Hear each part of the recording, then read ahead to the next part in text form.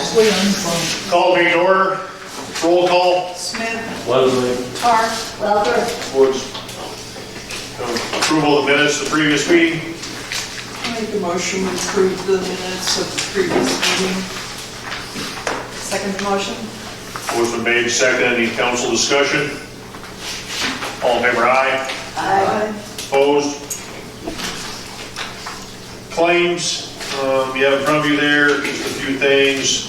The intoxilyzer gas canisters, so remember we have an intoxilyzer here from the state of Montana in the office, and they have a gas canister to calibrate that. It's 248. How long does that last? They expire. We actually Is that shelf life? haven't. Yeah, we actually haven't used that one, and it expires in May, I think. But that's why we had to order one, because it expired. Yeah, it was me. There's a library, bought a building for $999.99. And you see on there,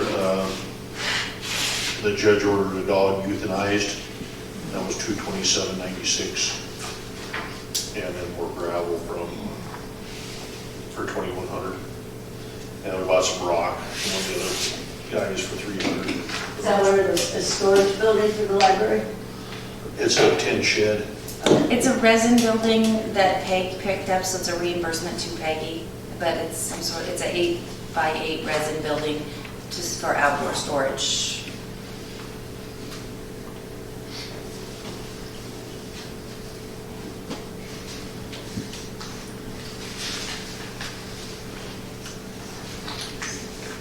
And then CPR for fire department, public works, police department. Well, that was $300. Some really odd ones on this one. I'd make a motion to accept the claims. Second. Any council discussion? All in favor, aye. Aye. Opposed? Carried. Financial report. This will be February's financial.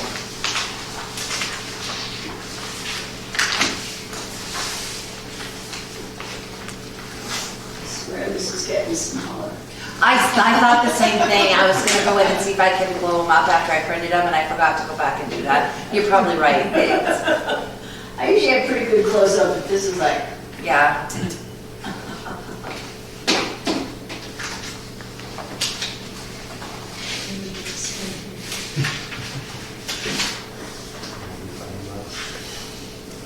yeah, it's pretty small. It's like 6 point. Maybe 4.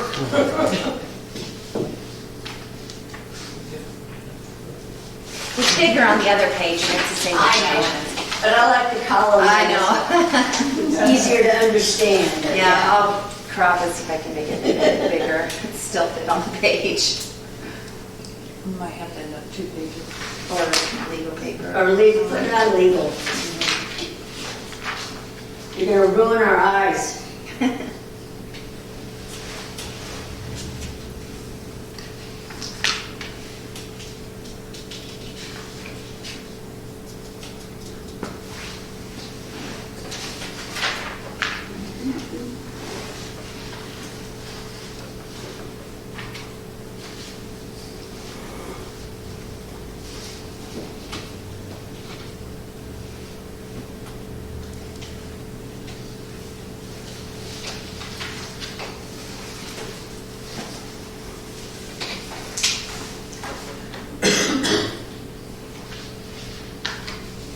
I'll make a motion, we accept the February financials. I second the motion. Motion made and seconded. Any other council discussion? Hearing none, all in favor, aye. Aye. Opposed? Carried. Reports. So far, the mayor's office has been busy doing other stuff, but we did the traffic map, as we do every year, so we make sure all our streets and everything are accurate, because anything that's drivable by the public is how we get our gas tax money. So that pretty much stayed the same. There was only one street on there that was a block was wrong, so we got that fixed.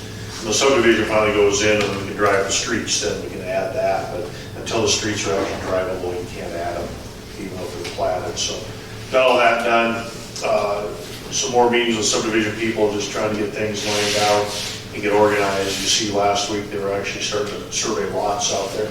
The survey crew out there actually pinning lots. So they're moving forward. It's just, they're just trying to get organized. Just curious, back to the gas tax, do you know how much more revenue that would bring in?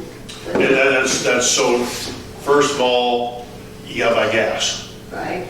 Then, how many other towns put in streets? Yeah. And then they divide it up. Okay. So, yeah, it might not go up at all. It might still drop a little. Okay. And a lot of times, a few years, we've dropped a little because, other towns have added more streets or the gas, purchases. So hopefully, those are just some of those things that, it's just, so you don't know. Okay.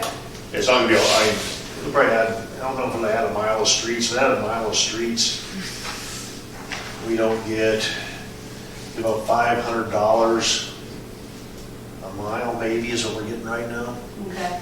On the gas tax money, well, and then the other gas tax money, so it kind of comes in two pieces. But yeah, it'd be a couple $1,000 more, but just a guess, but that all depends on everything else. Public Works, of course, they've been busy cleaning up after the localized flooding. We had a fire hydrant ran over on the corner of Wall and Central. They got that fixed. They've been working on some water leaks. They've been fixing some of the meters that got vandalized over the winter.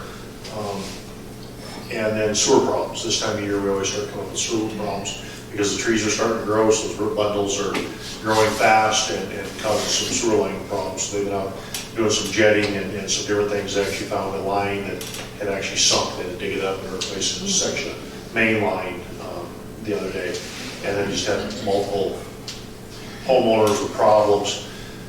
And what we're finding is a lot of homeowners did new pipe to outside their house and they quit. And then it's all junk to the city.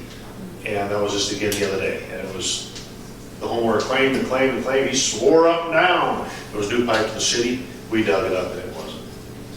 It was clay pipe, held together with spray foam. So they did it to how far? He only went out to where he was doing a project out there. He just went out from his house a ways and stopped. Oh. So it's still another 20 feet to the city property line. And that's where his problem was, is where all those transitions happen. So it's just all those things we're thinking about. Another 20 feet when you're putting in new pipe isn't that much more. It's going to save you down the road. So we've been keeping up on those. Like I said, it's gravel on there. The guys have been hauling gravel and mud holes and stuff. We're working from the worst ones out and taking care of that. How does that work on private property? When you guys dug it up and found out it was clay, still the homeowner's responsibility to the city, right? We didn't dig. We didn't dig that Oh, one. you didn't? No, Feldstone. Okay. We dug, Phelps dug to the property line, we dug up the city. Right. So, yeah, Phelps exposed it. They called and had me come down and look at it, and they exposed it there. And actually, they were just getting to exposing it, and then they got there, and the spray foam all come up, and all the clay pipe and everything, so we do. So then it's all done now, like on that one's done completely to the main, good. And actually, Phelps was installing a hookup on the one we found that sunk too. Or our 10-foot section of our main had actually the ground compacted. Whenever they fixed that or did some work there years ago, and there was actually a problem, so we got that fixed too. So, fire department, we've had 3 false fire calls. We've been structure fires, 3 calls for that, and they weren't anything. 1 false grass fire and a couple car crashes. So it's actually been kind of, I wouldn't say busy, but really haven't had nothing for that. Police department.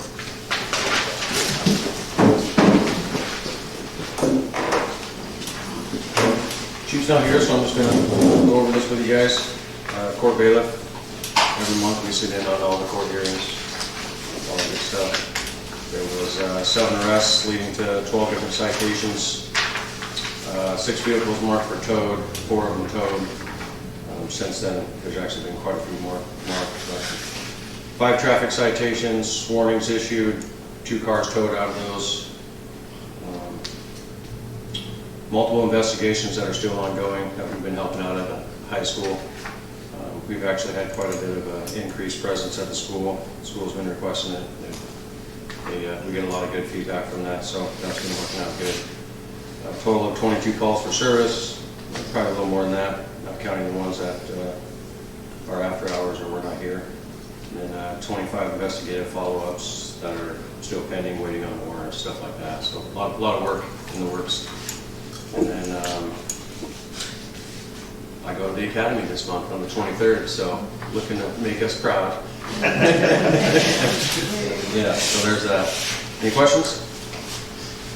No? Thank you, Justin. Yeah. Find my camera yet? Did not, no. Clerk?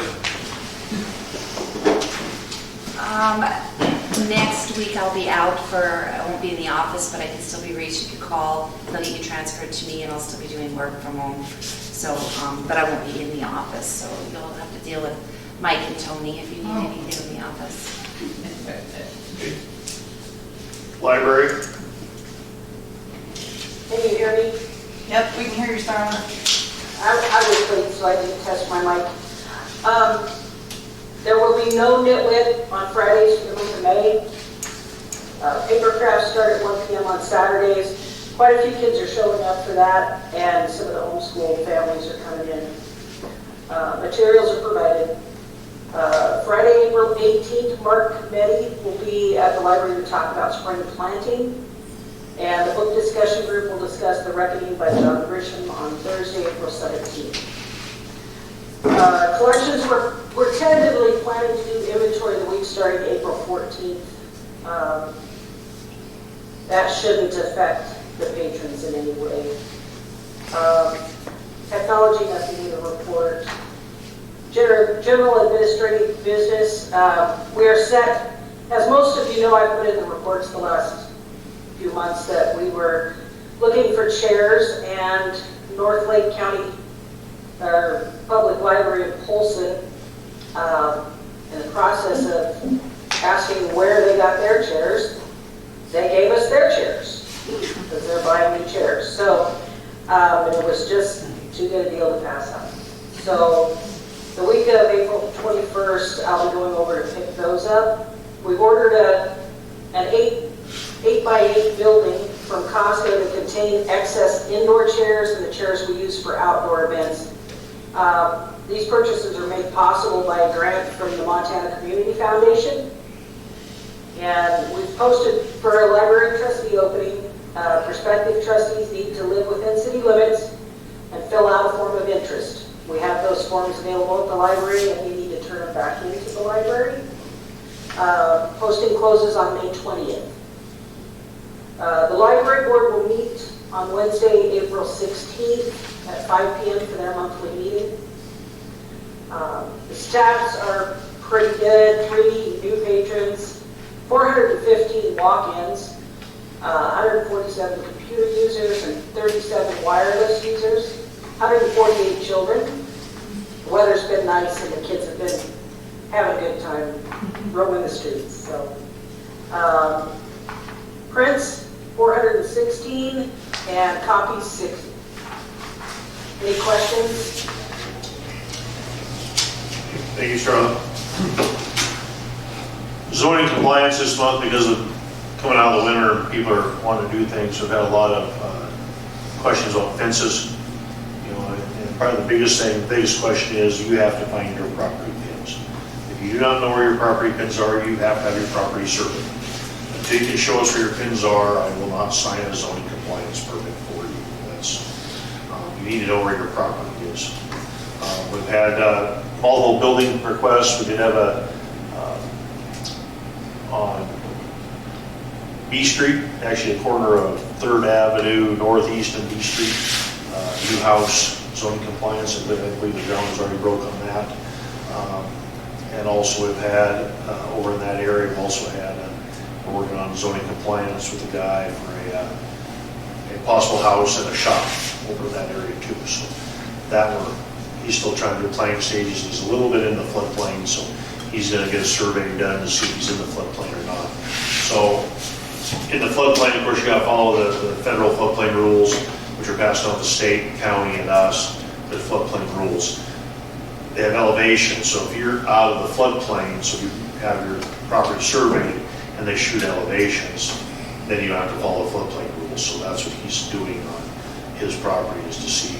He's right on the border. When you look at the maps, it's just too hard to tell. So he's going to have it surveyed so he knows he's in the floodplain. So we're working on that. So that's kind of, and a lot of other interests. There's a lot of people talking about changing things, doing things, different property things going on. It's just been a busy month with that type of stuff too, just answering questions from people on what can we do, what we can't do.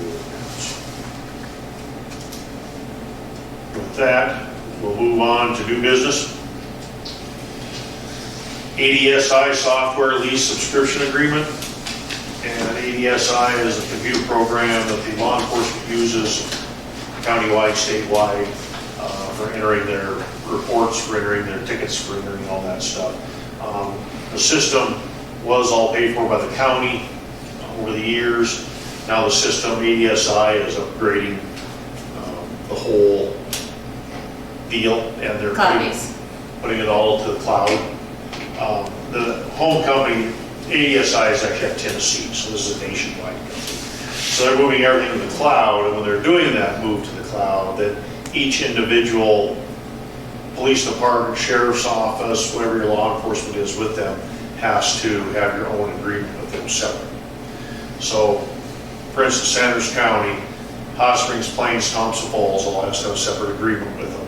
And then Sanders County Sheriff's Office has to have their own separate agreement with them. So we can all still use each other's stuff and see each other's stuff like we're supposed to, but also it gives us some more administrative stuff, gives us more, if we need to call because we're having trouble getting on or have a login problem or anything like that, we can call ADSI and deal with it instead of having to call the county. So how it's happened before, the county had the contract, so we had to call them, wait for the lady that was in charge of that to be in the office and have time to get back to you. So it's just back and forth, back and forth. So it is a little pricey. It's something we haven't had to pay for. We did pay one time back in 90. All the way through 2019, the police department was on SWIFT instead of ADSI, and we paid, it started at $791 and ended up over a little over $900 in 2019. That's the last time that we paid. At that time, they switched to ADSI, and the county talked about, I looked back in some minutes and stuff, they talked about billing the cities, but they never actually got to doing that. So the towns and cities haven't been billed for it until now. Is that something where you get billed yearly? It's $5,400 a year. Thompson Falls, we heard back from them, their bill is $5,400, and the sheriff's office was $30,600.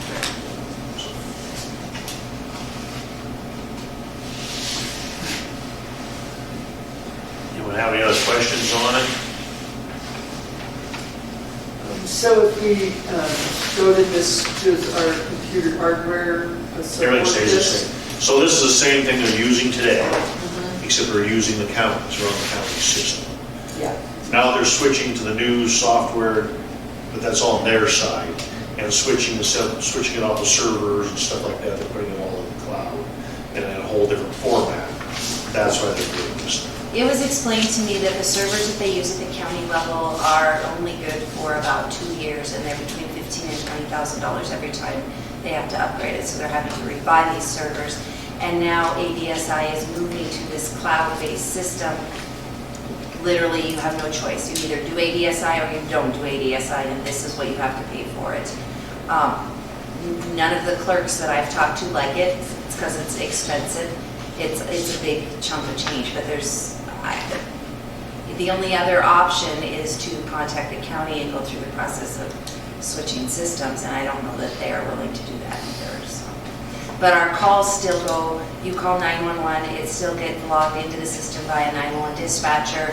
ADSI is managed there. The difference is what our guys can do with it from that point. One of them was having trouble logging in, so we had to contact Teresa at the sheriff's office. She was on vacation in Hawaii for a week or two, so they had to wait. Then when she come back, then they did a help desk or a service ticket, and then we had to keep call her. She had to call them, then they would call her, then they would call us. we were not allowed to talk directly to them. This allows us to talk directly to them. And believe me, I've asked a lot of questions. I had the county commissioner sit in my office. I've had this guy come, he was here from Kentucky, talking to us about it. And so, the email I got from Chelsea in Thompson Falls, the Thompson Falls clerk was, here's our agreement, it looks like exactly the same as yours, $5,400, and it looks like we don't have a choice. So, that is where we're at. It goes into effect July 1st, so we have to, one, we have to budget for it, so we need to decide if we're going to do it before we do our budget, and then two, we have to have the contract signed and sent to them by the June meeting. So if you guys decided that you wanted to do something else, then it wouldn't be cohesive with everyone else. Is that Correct. So some things with the ESI is you get information share. And also like county attorneys, you get information with county attorney, and so you go with a different program. Now you're not, You're outside. yeah, of you're the- outside. And also, if you go with a different program, then instead of having it split the way that it is between the 5 agencies, you're fitting the entire bill for whatever program you go to. So this is better. I don't know. This is our best choice today. Obviously, I did some pretty good research because I wasn't happy with it at all. It's very expensive, but I don't know that there's an option at this point, unless something's done at the county level. We ask the county to pay some of it, or we just have to pay it, I don't know. Sounds like the police department needs to have a bake sale. Every month. Yeah. I could do that.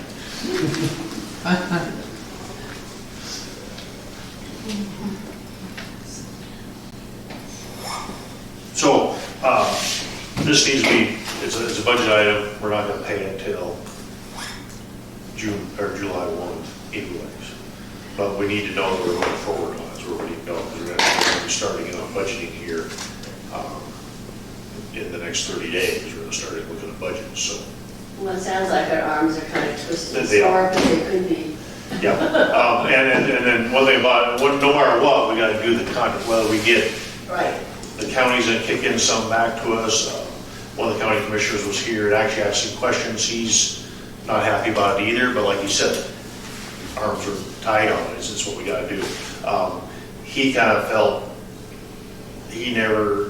I said, well, why don't the county just help us out by paying that? Because all of us in this room that pay city taxes are paying the exact same thing the county sheriff's office do. So, is to help us with that. So we're still talking, but we still need to do this, because we need to move forward with this. Something else might happen, it might be less, but for today, we got a plan for this. So, yeah, I don't foresee the commissioners giving us any money, but It was really interesting because Friday, I had sent out emails to the Plains clerk and the Thompson Falls clerk and Sean Fielder, the sheriff, and Teresa Milner in the sheriff's office. And I wasn't getting answers fast enough back, so I started calling them all. And the Plains clerk and the Thompson Falls clerk had no idea what I was talking about. So they had to start digging and researching too. The ADSI guy, I called him. Oh, I called and talked to Sean Fielder, and then I called the ADSI guy, and he said that he had sent them to the chief of police. He hadn't sent them to the clerks, so that's why they were very in the dark at the time when I talked to them. They had no idea what I was talking about. And then I do know that then Chelsea reached out to the commissioners trying to figure out what was going on. And then by today, I finally got the email today from her where she said, well, it looks like we don't have a choice.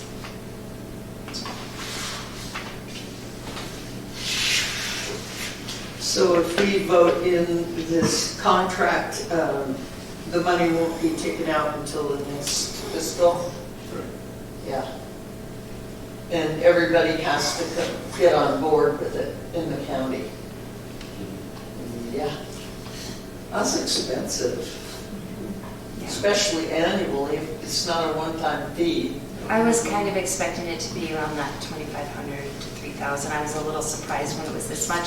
And it's based on the number of officers you have, but it's based on, do you have 1 to 5 officers, 6 to 10 officers, and so forth and so on. So it's based on that. Am I mishearing the amount? $5,400 per year for a 5-year contract, so you would pay that over the next, each year for 5 It years. doesn't seem that high to me for the unit connections and the ease of access. I'm not paying it directly. Well, I would have they left the SWIFT program since it was so much less expensive. I mean, I know when I ran the DB program and we had different departments. Thompson Falls, I think, was not on SWIFT, and if they I couldn't share. think Swift ended up leaving kind of everything. I think Swift kind of went a different direction or something. I think that was one of those deals that they kind of had to leave Swift. Okay. Swift kind of went. But I know a lot of the counties are, I know Lake County is EDSI.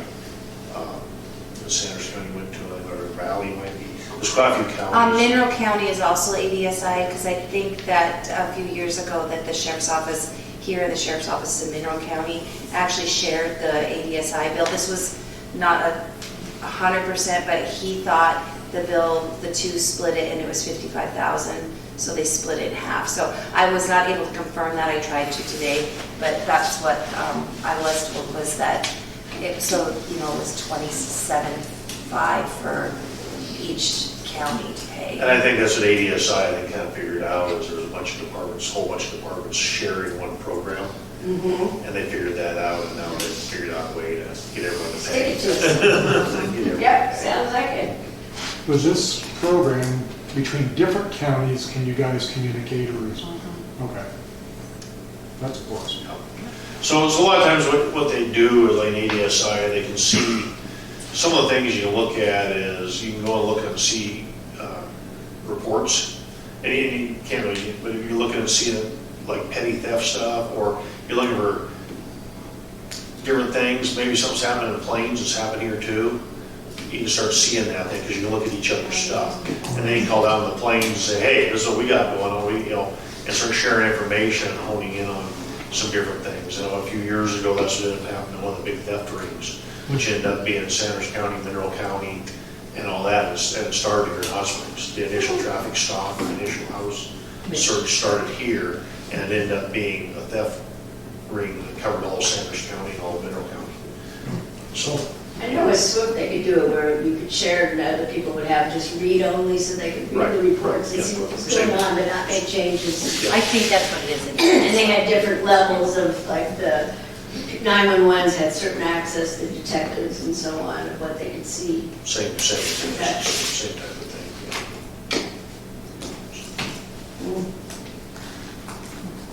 Okay, so we need a motion to sign this contract this time, right? Yes.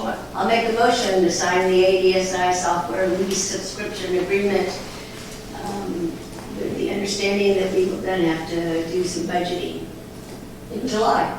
Yep. Good, I'll second. Motion made second. Any other council discussion? All in favor, aye. Opposed? Motion carried. I want to back up to the Parks and Recreation. I was approached by the tribal council chairman. They have money to put a skate park in. So I'm going to send it to you. Those things get used when they first get put in, and then they sit there, they're an eyesore. Because everybody graffitis all over them, and nobody uses them anymore, and busted hands and legs. But So it's, I think is what they're looking at doing. I looked at the one in Pablo, which I happened to drive by. So they have someone that wants to put one in every town. And it's more of an urban skate park, not a old traditional concrete skate park. So, but I'm having talked to you, it's your brother Parks and Recreation thing. There's a big discussion on the Sanders County Facebook group, because they're talking, they want to do one in Thompson Falls too, so there's been a lot of hee-hawing on there. Some are great and others are against it. Some for, some against, but this is actually a program that Mike said that a tribal council, not tribal council, someone has approached the tribe, and it's an outside source, and they want to put a skate park in every town on the reservation. So I think we're about the only one left that there isn't put in yet, or already working on it. So In Elmo. Where I would think it that's go? in Elmo, and maybe Dixon, but Mission, Ronan, Paulson, they all got them in. So my question is, so if it's coming through the tribes, can they do it on tribal land, like i.e. up above the slopes up there? Because it's already a faulting class, it's already, I mean, am I, I believe they already have a location in mind to do it. yeah. So are they putting them on, they want to be on tribal lands or city land too? Well, I guess if they put some fountains in the skate park, I get my way too. See? All right. Yeah, no, they would like it in conjunction with the park. They'd like it to be all together. And that's kind of the thing too, is they kind of like indulge in one area, is to spread things out all over. There's a room over there to put it. What's that? Oh, go on. Actually, they've already came and looked. They go Because the past. town, the town owns all the way to the school track. Okay. So, I thought that's where the pickleball court was gonna go. now I ran them off. They took too long. Last I knew, they had permission to start their project at the museum. Ah, Then at the museum is actually, and they have been working together for pickleball. okay. Museum. And I actually just talked to Deb about that the other day. She said, yeah, the museum would give them permission, but back to the same old thing, is they don't have any money, so. Also, I pulled the cadastral and geocodes and sent them to the county commissioners. I'm requesting to be on the agenda to talk to them about either donating that land for the dog park or leasing it to the town for the dog park. So I just so you know, I'm still working on that too. But I just did that a couple days ago. So I talked to Commissioner Rowan on the phone and then sent him some information in email. He said they would talk about it and then get back to me, and then of course it would have to be an official agenda item, so. Okay. Next thing, I told you we're going to talk about stormwater at this meeting. We need to really start moving forward and spending some money on stormwater and figuring some things out. This last stormwater event, that's going to continue to happen over and over and over. I'm just going to pull up the map on the screen here so you guys can follow along. I'll use my laser pointer, which I don't know where it is. It's better in my jacket. I would have the cat's laser light in my pocket. So let's go to the north side of town. Scroll up to North Road Orchard. Do you want it blown up? Yeah, It's right blow it up a here. little more. So, let's scroll up some more. So North Road Orchard. There. Now, can you go up just a little bit more? That's, Yep, right there. okay. So where we have a problem. So on North Road and Orchard, this is where most of our problems in town come from. So this whole gully back up here all comes to right here. So what happened on the event the other day, on the rain and the snow melted, there was actually 4 inches of water running over the road, starting back here, going in and around her house and down. It was actually on the porch and around. So this whole section of road was actually running water. So Orchard Street was actually full of water all the way down. So what happens here is that water comes, the culvert here, and this one down here are 24-inch culverts. They need to be 42s. So I'm got some calls in with tribal lands. These are tribal lands. So these are approaches. So anytime it's an approach, it's the homeowner's responsibility or landowner's responsibility to fix the culverts and bring them up to our grade. Also then, we'll just clean these ditches. These ditches here are plenty big enough to handle the flows we're getting. The culverts aren't big enough. This culvert here just wasn't big enough. If this would have been a 42 and this a 42, we probably would have been okay. The other problem down here, North Road and Spring. So this is the first time this has happened, but the main problem North Road and Spring is, or Spring and Chisholm Trail. So all the water coming down Chisholm Trail and all the water coming down North Road ends up in the culvert here, and that culvert goes all the way out over here. It's a long culvert, it's about 500 feet. The problem here is there's bushes and junk in the deal, so we need to clean those ditches. The ditches need to be cleaned wide like they're supposed to be, and that would probably handle that. One of the things with culverts flow more water the taller the water gets. They form a suction inside.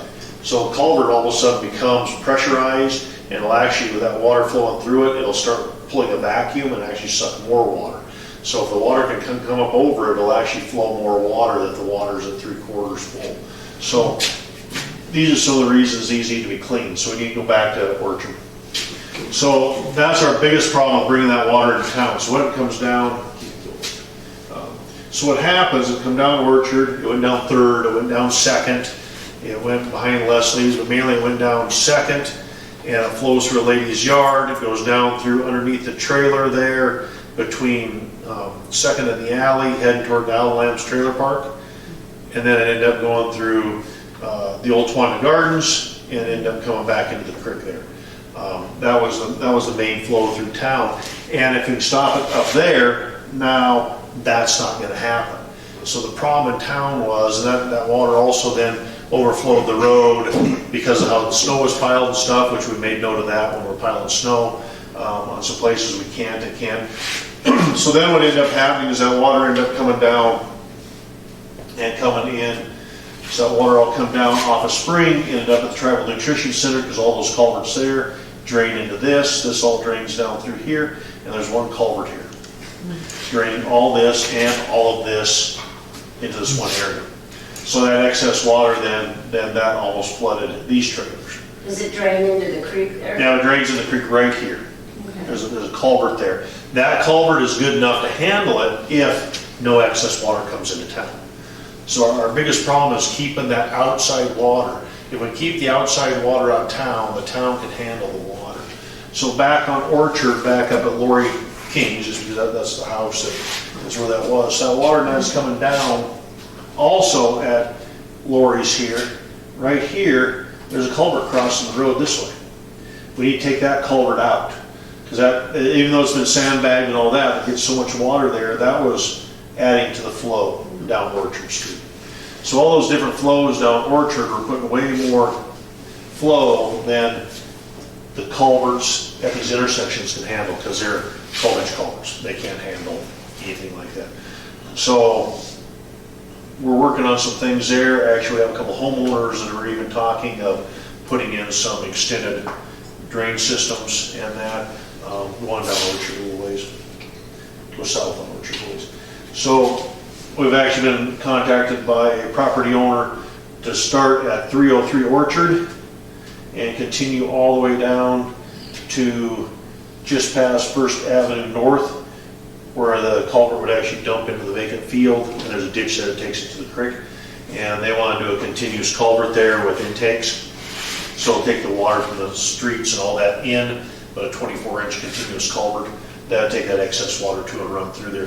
Two things for them, they're developing those properties, and now there's a ditch along there, and if they take, there's a ditch along all the way along here, all the way up, so they can take that ditch out. That's going to add parking to what they plan on doing, so they'll have on-street parking then. So we're looking at some conversation with them, actually getting prices on pipe and installation and all that for them, but those are some of those things. The biggest things for us, we're working with the tribe, and we're going to be working with the county to get those culverts upsized to try and do that. That is not going to be too much expense to the town, because the 42-inch culverts need to be paid by the tribe, because those are approaches. And then if that owner does that, we can get that taken care of. Those are some of those things we need to move into this summer and really be aggressive on. And there's going to be some expense to us. You know, we're probably going to have to do some of the digging, we're probably going to have to do some of the installs, but at least the pipe will be paid for by someone else. Now we'll go to Michelle Street. The second place in town that we get a huge flooding problem, I should back up a little bit. The reason, you go still go to Michelle Street, go to Michelle. I'm going to explain something real quick. So the Glen McGarrett property over in the Mayette subdivision, and over here on the old mill site, over in that area. The problem why water is coming through there today, where it didn't 20 years ago, 30 years ago, 40 years ago, is because they used to do flood irrigation. So all those guys did flood irrigation every year. So they had all their feeder ditches, they had everything installed. So it was catching that water and running it and flood irrigating, and then they flood irrigated, and they took care of the water on their properties. So what's happened over the years is none of that flood irrigating anymore. Of course, the Mayette subdivision now doesn't do any irrigating, so all those ditches are gone. The McGarrett property, he doesn't flood irrigate anymore, so all those ditches are gone. So what happens over time is nature takes the ditches back over, cows walking on them, grass growing in them, all that, the ditches just level out. So now they're not catching that water as it comes down. Same with the old mill site. So the last person that actually flood irrigating up there was Ron Chartay. So since his passing, no one's maintained the ditches, the cows have all walked them out of walking properties, there's no ditches left. And also down at the bottom of Michelle, before that water came into town, actually Ron had built a dam to kind of hold that water, and that's all locked out too, that's all gone. So that's where that water now comes in, where it never used to. That's why it comes in now, is all those ditches are gone. Also on the, actually then on the, well, clear the south end of Michelle. Yeah, just a little more. Also, we're getting some flooding into here and down, because this property owner here went in and filled the ditch all along his property. They used to pick up all that water and take it down to the creek. He went in there and filled that ditch in completely along the fence line. So all that water from these fields and all that now enters town down through there. So that's why there's no water in the ditch behind my house now. There's a bunch of different things going on upstream, and that's why these different flows. So that's, and the town needs to start working on some different things. So go back down to Michelle, down to, so Michelle, and so the water comes into town out of this field. It comes into town right here in this ditch. And this ditch comes on down, and that's what ends up coming down through town, through Charlotte, comes down through by the Seventh-day Advent Church, it comes on down the alley and all that. So what we want to do back over to Michelle is, what we want to do is here where that alley is, pick that water up and run a pipe north on Michelle all the way to the creek. And then we'd all put inlets in at the ditch there, both sides of the road there, and both sides of the street up here, so on Central. And pick those waters up, and then take all that water down Michelle into the creek back here. That's 740 feet, 24-inch pipe at $26 a foot. Oh, my God. That pipe should last for a while though, right? I mean, be never touch it again. So that piece, the town's gonna have to pay for, but that's the only way to stop that water coming in. That's the only place to take it to. So the problem with that water comes in, so like behind the well house and then on down those streets, those ditches are still narrow ditches. And that's one of the problems, you can't handle that volume of water. The other thing that's happened over the years is people have put culverts and stuff in, and in those ditches, and we're going along taking them out. So any homeowner that now doesn't have a culvert on their property, or it's not their property, it's our property, we have taken them out if they don't meet our criteria. 18 inches is the smallest thing we'll let you put in. 18 inches pretty much that smallest we'll let you put in on a driveway approach or anything like that. That's big enough to handle most flows that we have, so that's the smallest we'll let you put in. So we've taken out quite a few, and we're taking out a few more and cleaning those ditches so it'll flow the water. It's, it's backing up in those culverts and stuff and then flooding other people. We just got to try and do the best we can to get that water moving through town. So then that's kind of where we're at with the flood water stuff. And I like the creek that used to run down behind, the north side of town. That didn't have any water really in it last year. It doesn't have any water in it this year either. And that normally floods. And now there's no water coming down that. The water's coming down through Michelle. It's coming a different direction coming through. So it's just some of those things of how properties have changed, people have developed. Just for instance, like the Mayette subdivision, the development, now that water comes down, and it's just some different things like that. Things change, and we gotta be changing with them instead of letting them catch up to us. Mary? Well, what I noticed is there's some little tributaries that end up in Hot Springs Creek that are just totally bereft of water. And I don't think that, because Morehead's Field is right down there on the flats, I don't think that that's responsible for all of it. Okay, so like that little creek, when it came down, it would go right in between like Rosie King's and Betty Swaney's old place. There was always water in there. There isn't any water in it anymore. where did that get diverted to? Don't know. It doesn't come into town, I'm only responsible for town. So, take a walk and find out. Dump our water in the creek. So then what we do with our water, we would put it in the creek. So the next thing that we need to think about, this is actually interesting, so let's go over the new subdivision on Jake's Road. Actually, so a lot of these properties then drain different directions. So all Main Street, Central, First, Second, all these properties all drain back down. So they drain east of the little creek coming through town. They actually drain all down through, there's a football field. So they all drain down through right here. This is where they all meet. They come through this little area and they hit the canal right here. So now your subdivision is down there and the ditches and stuff, I mean, that's all planned and subdivision plan. But it's also one of those things, you start giving them more water than what they planned for, you know, see the problem just keeps getting bigger and bigger and bigger. So if we can grab the water at Michelle Street, take it to the creek, and then if we can cause the water on North Road to go all the way to the canal, and that's where the North Road water ends up. It ends up in the canal. It ends up in this canal, but it ends up over on North Road is where it enters the canal. And on the day that we were having that flooding, the culvert at the canal was actually covered. The canal was actually full too, so it was just a tremendous amount of water. We still would have had some flooding, but it wouldn't have been as bad. There still would have been a flow, but we could have diverted.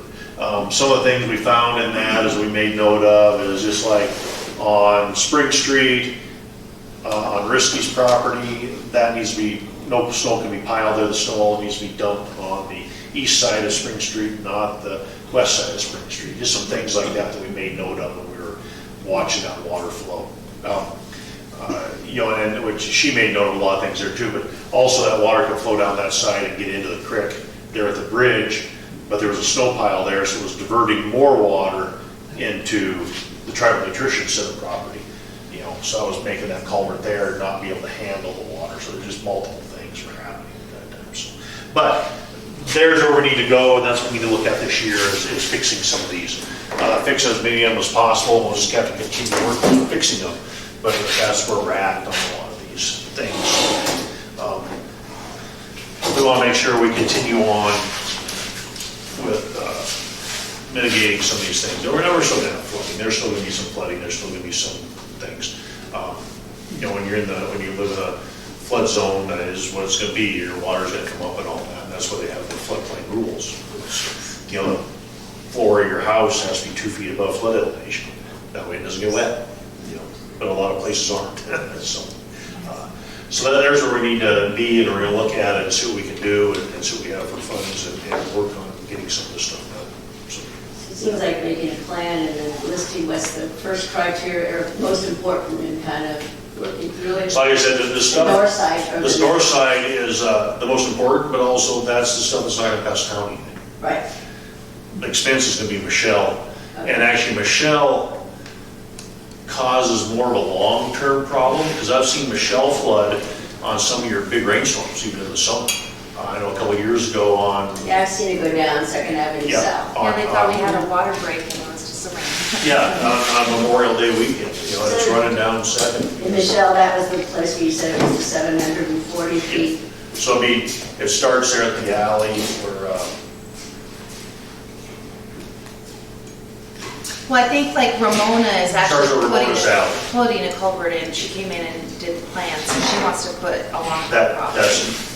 Or a ditch in there. When the zoning compliance officer gets to that, it'll be tonight. So I've already seen the plans, I won't work. So it's 740 feet though, at $26 a foot. I mean, I'm talking to a couple different suppliers, but that was the first quote I got. A little over 17,000. Yeah, and then you have to have 5 intakes into that. And each intake is probably going to be $2,500 each. And do you have to do the whole 740 feet at once? Well, you could start, but the trouble is the problem is 740 feet away from the creek. Right. So yeah, if you did 100 feet, that doesn't solve the problem. Right. If you did 100 feet, it doesn't solve the problem. It's 740 solves the problem. That's the problem. Yeah. So you're going to take it and go directly down, dig a ditch and put it in, or? It'll all be buried. Because, yeah, you're going past mine there at the end. Right, you gotta go straight out into the creek there. Because that's City Street then. All the way to the curb. Yep, so let's run it out into the creek there. So Randy, you know the seasonal creek bed by Crystal's house? There, that one? I saw some water in there, I think a few weeks ago. Yeah, but not like normal. Not Normal, like- that was a flood stage there. That's what I was gonna say. No, it was even out, It it'd be out of its banks of crystals Yeah. this time of year. It just trickles a little water that comes down and picks up a little bit, but not. Yeah, so that's not like normal, this. it's not, it hasn't changed like the other areas have changed. It's actually way less. It's changed the other way. Yeah. Yeah, it's changed the other way and it's way less than what it used to be. So when you get on that side of town, there's some places where they put concrete culverts in and stuff. That would be flooding in those vacant lots around those too. And that hasn't happened in 10, 15 years. So the water just changed how it comes into town. The water's still there, it just changes how it comes into town. So that's what we're working on. And the North Road is a priority and that's what we're working on first. But that's the one that's going to be Cheaper because it's way cheaper because someone's going to be paying for at least materials, and that's part of, you know, sometimes just to get things to happen is, hey, you buy the pipe or deliver us the pipe, we'll put it in, which isn't that big of a deal to dig it, you know, bigger culverts, we got the equipment, so that's not a big deal. Getting, you know, I mean, we have the okay to clean the ditches, we just got to go do it, you know, so things like that are more of a labor thing for us. We just need to be better at it, you know, and keeping up with that. You know, for instance, when all that flooding went on until, if you were watching Hot Springs Creek, it never really went up. It stayed pretty low, it wasn't flowing much at all. Yeah, it's On down, of course, it went up a little, you know, when you got out of town, but in town, Hot Springs Creek, the water was just flowing everywhere. But we helped mitigate a little bit of that. And what size culverts, 18-inch or bigger ones? So on North Road, we 42 Right, inch, but the ones on Michelle, 24. 24. And then with, so like at the alley there, it'll be the main intake. And First Avenue intersection, there'll be an intake on both sides to pick up that water that comes in. So what do you mean by an intake? On The the street? beehive, like we have at the other intersections. Okay, that little thing Yep. that, okay. So when the water comes to that, Yeah. intersection, it'll all just go in there. So there'll be 5 of them into Okay. that, along there to pick up those waters to put in. So there won't be any open ditch, it'll all be a culvert with inlets in it. Because on Michelle, the trouble is, you're actually going uphill. Yeah, So when you head towards the creek, you're actually going uphill, so that's why we have to put a ditch in. So. Yeah, so kind of where it enters town is kind of the lowest spot on Michelle. Michelle kind of goes uphill both directions from that lowest spot right there. You kind of go uphill, when you leave in town, you kind of go up a little hill, and when you go back north towards the creek, you go up a little hill there. So, yeah, that's the problem. We have to put it in a culvert. And trying to put it in a culvert going the other direction just gets too deep. That hill gets just too deep to stay on the grade, so. So, you don't have any other questions on stormwater? We're going to continue working on it, and that I just want to make sure everyone kind of knew what the plan, kind of where we're going, and kind of follows our capital improvement plan also. It's just one of those things we just need to get on and start pushing and get things moving and find a few dollars to do this. So, like I said, the 740 feet of pipe plus the intakes and all that, you're probably with gravel and this and that, you're looking at easy $40,000 to do that. Probably 40 to 50,000. Is this project planned to be done this year? Or is this just started this year and then get as much done as you can? No, we gotta do it all, you gotta do all or nothing. It's an all or nothing. So what we're trying to do is try and budget to do the Michelle Street this year if we can. The other stuff we're gonna start working on immediately because like I said, it's probably gonna be way less expense for us. Sounds good. Okay. If there's nothing else, we're gonna move on to public comment on non-agenda items. You're up first. No, he's up first. He asked if he could talk. Yeah, I'm just here on behalf of the farmers market, and we'll be Back with the same schedule as previous years. Mother's Day weekend, Saturday, May 10th will be the first market, and that one is 11 a.m. to 3 p.m. It's usually one of our biggest markets of the year, actually. And then the regular season starts the next Saturday, and that's 9 a.m. to 1 p.m. And it'll run all the way till the end of September, the last Saturday in September. And I just wanted to extend our thanks for letting us use the park without a fee. Part of the market, we try to keep our vending fees very low to encourage vending. And that's been really helpful to not have a fee to use the park. And it's helped keep the farmer's market viable. And, because having vendors is what keeps it viable. And so that low entry cost has been really helpful. So thank you for that. And yeah, any questions on farmer's market or? But you said 9 to 1 now. 9:30 to 1, sorry. 9:30? Yeah, the regular season is 9:30 to 1, the Mother's Day market is 11 to 3. Okay, thank you.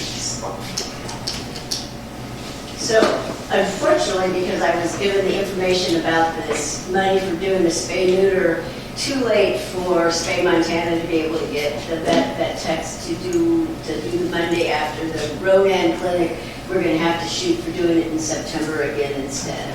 Which I really wanted to do this one because we get all the mama cats that are pregnant right now, and we could get them sterilized before they had a whole bunch of little kittens. I don't know if people have noticed this winter, I think several of the little kittens that mama cats that kept bringing them to me, several of them all died. And so there was some type of distemper that has gone through town and has really wiped out a lot. There used to be all sorts of cats when we drove down 2nd Avenue North or South.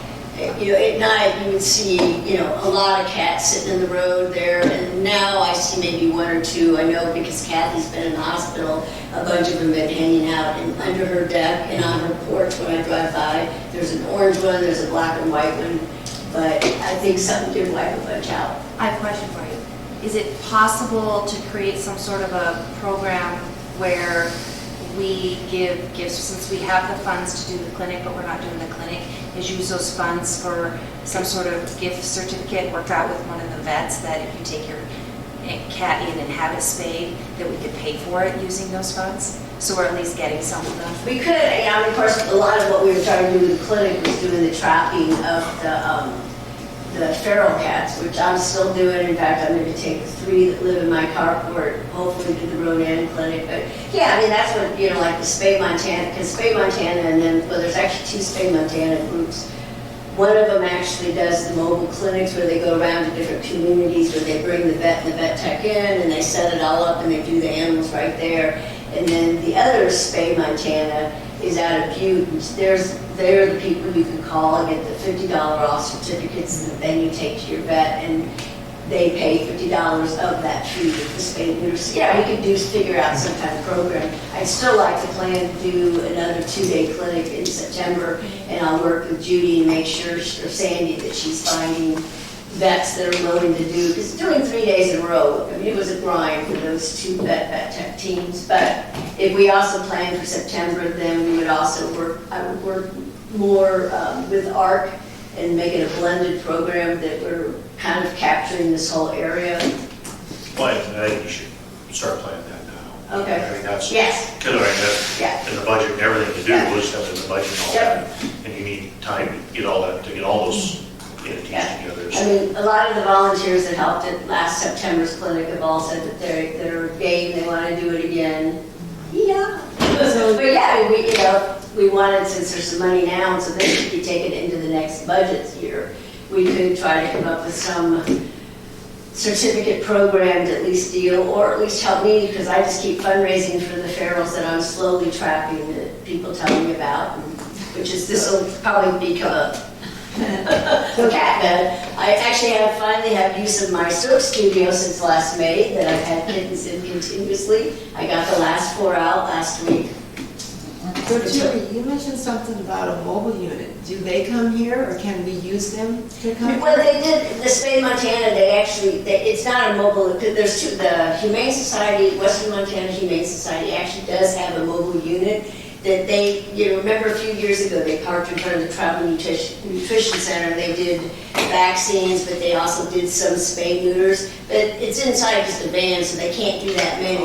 Where what Spay Montana does is it's a mobile unit that they just bring all the equipment and then we set it up at the Grange. And so we did that clinic last September, we did 74 animals. We did 11 dogs and 63 cats, and out of the 63 cats, 29 of them were ones we tracked. That's great.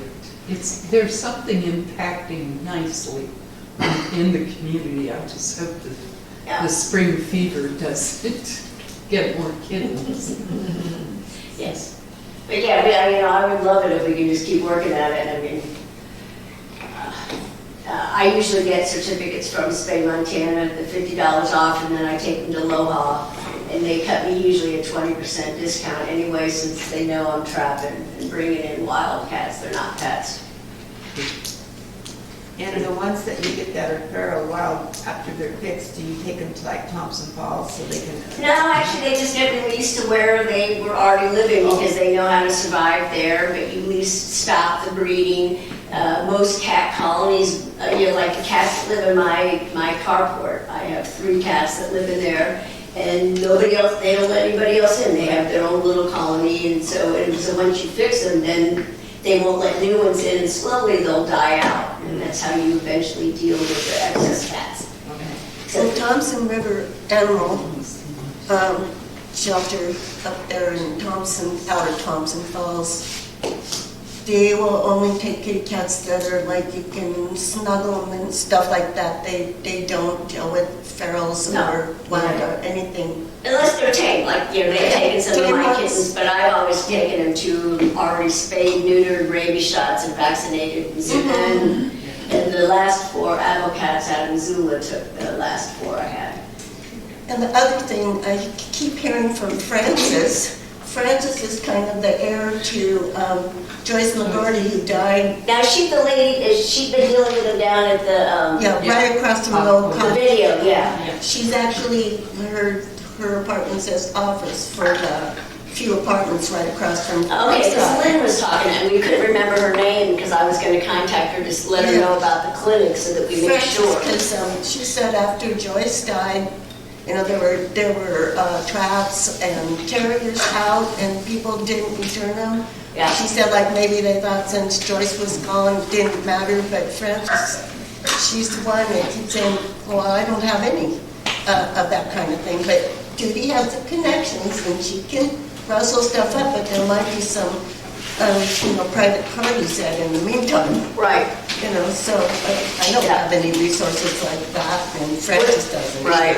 Well, the September clinic, the tracks, they loaned us, I can't remember how many traps I picked up from them. I got, I don't know, half a dozen or so I borrowed, and then a lot of folks all brought traps. So we had several traps that we were putting out over a 3-day period. And then we stored them out at the Grange overnight and got really quite effective of dumping them out of a trap into a crate. I have to admit, I got pretty good at that. Didn't get scratched once. Okay. Anyway, so I will work with Sandy on that and Art, and I'll talk to you, Amy, if we want to come up with some other system for the summer. Some way of doing that, yeah. Okay. And I just have one thing, it's been a while since we've gone to a one-way street, and it seems to run fairly smoothly at this point. How is it going? I don't spend a lot of time on it. Actually, when you stay out there and watch during the weekdays, it actually goes really well because there's a lot of times that street is pretty congested with long vehicles and stuff sticking out. A lot of times, especially the second block, there's one way anyway. So the cars. On weekends with out-of-towners, I still see one there. Oh, yeah. And every, so you pull up to a stop sign, so think about it, any stop sign you pull up to the inner Main Street has do not turn, do not enter, one-way street. Yeah. And they're not reading any of that and they're driving down the street. But what's interesting to me is the locals flagging them down, roll their window down, so you gotta turn around and get back, and go the other way. So it's actually everyone except we've had I got, a guy didn't know who I was. I was just out from the store one Saturday morning, summertime, just in the chair, and he come, and he was just irate about how awful that was. The town got an email from someone that we couldn't even figure out even where they even lived, irate about it, about how there needs to be more signage to it. Well, there's road to come on. I sent him pictures of the signs and then let him tell him we do have signs and we follow the state. So all that, but then also, then the store one night, an out-of-towner come in and he was just talking, and in the conversation, he was a traffic analyst, and he traveled the world doing traffic analyst things. And his big thing was roundabouts, and he hopes we get one of them soon.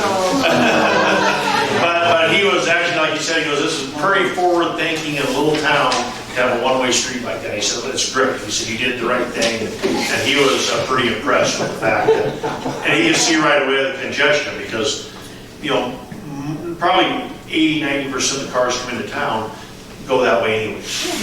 So it's just, And you can't have a truck do a roundabout here. yeah, so like you said, it was pretty, so it's been everyone, except for a few out-of-towners, but I actually not heard anything from any locals. They're all good. And like I said, almost everyone, especially if you live out of town or anything, that's where you're going up the street anyways, so.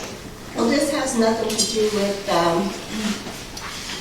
the traffic flow, but the crossing that comes, for kids that are going home from school towards town or going to town and to school, there's still that kind of faded crosswalk, warning sign, crosswalk, but there used to be a really obvious kind of like delineated, this is the crosswalk right in between here and here. And so most people are aware of that, looking for that, know what time of the day it is, right around 2:30 and sometimes kids don't even cross there. I'm just wondering, maybe because of the chip seal, it's not practical to do any painting on that, but You have to wait for warmer weather. Then there's markers like temporary marking spray paint that goes away, but I don't know. They'll get to that here when the weather warms up. They're going to do a lot of painting, curbs, crosswalks. There'll be a lot of painting going to be done in the next section. Fire hydrants, projects on that side too. So. I have a question about the dog. So I heard there was a dog put down. So my question is, are there any other dogs in town at the moment that are mean? No, they're all nice. There's Pyrenees. So that dog had a chronic thing. The judge is the one that ordered it to be put down. Right, so we don't have a problem with any other dogs. Not that I know. Well, that's not quite true. Pyrenees. I've never had a problem with a dog. The Pyrenees that run around are. They're out-of-town dogs that come into town. They're not city. Yeah. The Pyrenees they're not even city, they're not. But once the dog gets into town, It has to follow the rules. It's still under. Our officers have actually been really Yeah. good about addressing dog issues lately, and I notice it a lot right now. Anybody that walks around probably is noticing it too. Yeah. That there's a lot less of them running around. They're coming in, they're getting cited, they're having to come get their tags, they're having to get their shots, put them on leashes. So They haven't been in my yard for a while. I can walk the boardwalk. There's a couple that come down the alley behind my house. There's actually a black and white one. Okay, there was 3 of them in your area of town that got in trouble the other day. Two of them have been relocated, and someone way over there lost a chicken. Okay. Yeah, there's a German Shepherd, an old German Shepherd that keeps running around. There's a stray. He's showed up at the shop, and I can tell by it's just all matted. Is that the one that's usually out on North Road that people have been talking about? Yeah, Roy seems to know where he belongs. Could be. I was going to try and find it, and I talked to Philip about it. So you want me to call you when he shows up? Yeah. When he comes, he just lays under vehicles and stuff. He just lays. Yeah, let me know, because I told Philip and He's pretty we'll skinny. try to rehome him. But because He seems like a nice dog. yeah, He's I just- saw it listed on Facebook and no one seemed to know, and I was gonna go try and find him, and then, Yeah, I saw him one day when I was driving up here, and I went to turn around to go see if I could see where he went, and he just vanished down. Yeah, he's been laying under vehicles. yeah, let me know. It's big. When is our next phase of our road reconstruction gonna happen? Or do we take the money for that and use for storm? That's why I'm just asking a question. So, the next phase will be this summer too, it just depends on how the money goes, so we're coming into, we gotta start looking at our money. But the reconstruction process we're gonna work on, we need to work on most of that town on 2nd and 3rd, need to be worked on over there, especially after the flooding, if you go over there, it tore them up really bad. They were bad already, and they really tore them up. So Are there any grant funds that we can try to go after for the storm things? I think it could be, we should look into it. There's usually not a lot of money for stormwater streets. There is no way for that. So, I have a question, skateboarding park. The library seemed to say there was a lot of children in this area. And the other question is, do kids still skateboard? Or are Yes. they doing something different? Yeah, they'd skateboard if there was a Okay. skateboard. There was a park. Okay, because the library mentioned there was a lot of children. Yep. Well, we'll just put it at the library. They got a backyard over there. Yeah. They have a backyard, but it gets pretty swampy. Well, the skateboard park in Pablo isn't very big. We could It's a go pretty on small this. park. You turn to Pablo IGA and go back 2 blocks, just past me, it's on the left, just back. So we turn to Pablo IGA and just go back a little ways, that's, I had a lot of friends when I lived in Gainesville that used to skate, and they've all kind of grown up and all use the one wheels, which are pretty pricey, but, so, I mean, when people say the kids don't use it, I mean, I've known a lot that continue skating. well, I know by the Pablo one, probably the oldest kid was maybe 8 or 10 then. And most of them had bikes, they were playing, but there were about a dozen of them, they were playing. You know, it's, so. Randy, where are the sidewalks? I mean, I can't find mine. So is that project still a project? Still a project, so back to the sidewalks, so that money came to the state of Montana through Department of Transportation. Right. We were awarded $1.54 million. And they kept most of it. The state took 700 and some thousand right off the top for using their name. So we got 864,000 or something like that. Now we have to use the state engineers and the state planners and the state people through the DOT. So they're gonna take another roughly 350,000 of that to 400,000 of that. And then they'll get down to more summarily, they'll actually do the design or the final design and actually do the project, overseeing the project. But we can expect to probably build $360,000 worth of sidewalk when it's all done. All the rest of the money went to just, 12 feet? so actually, I might have that happen. I can kind of tell you what it's going to be. I might not be in this book. So it's going to be, what it is, connecting our tourist spots to Maine. So on like 2nd Avenue, 3rd Avenue, like Sophia Springs, it'll be along there. It's going to come up Orchard all the way to Maine and then down your side of Maine and connect that back onto the Main Street sidewalks. It'll do some connection on Wall Street on the signs in Sophia and that, and it'll connect sidewalks back over to the sidewalks on Spring Street back up. Is it gonna do like the one that goes down to the signs next to the organic? Right, so here's the deal. If you have a sidewalk against your property, it is your responsibility to fix it and maintain it and clean it. Well, It is no one else's responsibility but yours as the property owner. but the city ordinances, don't they say that if the person doesn't do it, that We the have city a lot does? of people that don't do it, and we're gonna, what's gonna have to happen, one of the criteria of us getting this money, now we have to force those property owners to fix it. So if they don't fix it, we come in and fix it and build the property back. Is there a time limit to that? I know that you sent those out. Right, but they're so, still broken. yeah, so what we'll end up doing is sending them out again, pushing them to get that done with that. So when those new sidewalks, will be the same time we'll be replacing sidewalks if the homeowners don't. So this summer will be design phase. The sidewalks will go to bid this winter. They will not be probably built till 2026. That's, you I'll be older. gotta remember, the state works in slow, mysterious ways, even worse than the town. So, Well, let me ask you one more thing, and I don't know who would know this, but curb cuts for wheelchairs primarily, but there are choices, and curb cuts on the corners send your traffic and your people out in the middle of an intersection. Where if they do the curb cuts on both sides, it follows the path of the pedestrian. So if there's any input on that, and it's a choice, and I'm not sure if it is a choice, I'm not sure. these will be on-grade sidewalks. There's no curb. These are what they consider on-grade sidewalks. What does that mean?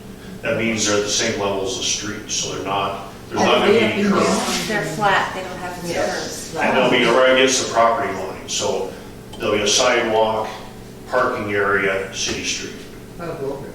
Like in front of my house, it's all level. There's no curb.